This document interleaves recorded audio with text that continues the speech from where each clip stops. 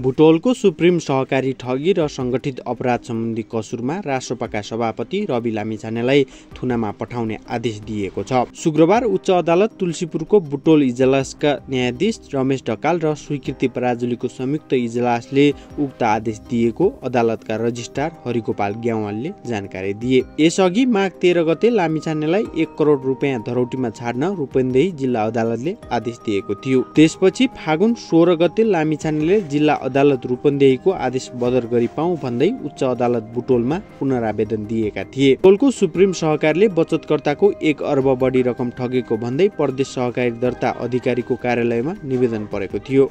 निवेदनमा सहकारी संस्था सञ्चालक र पदाधिकारीलाई नियम अनुसार कारबाहीको माग गरिएको थियो। सुप्रिम सहकारी संस्थाले एकैजना बचतकर्ताको 3.5 करोड रुपियाँसम्म ठगी गरेको उजुरी परेको कार्यालयले जनाएको छ। सहकारी संस्थाबाट बचतकर्ताको 1 अर्ब भन्दा बढी निक्षेप जोखिममा परेको भन्दै रकम फिर्ताको माग राख्दै सहकारी दर्ता अधिकारीको कार्यालय राप्ती उपत्यका देउखुरीमा उजुरी परेको थियो।